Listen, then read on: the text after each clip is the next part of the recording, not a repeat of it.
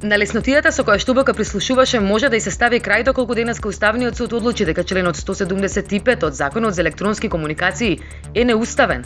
Судот расправа за членот кој што на претходната влада ја овозможи операторите да ги обезбедат сите технички услови за УБК да ги следи комуникациите во нивните мрежи без судски налог.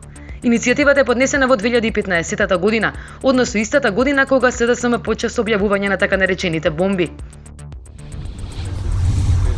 Во скопските клиники 10 години не се плаќало вода, рече вчера министерот за здравство Арбен Таравари.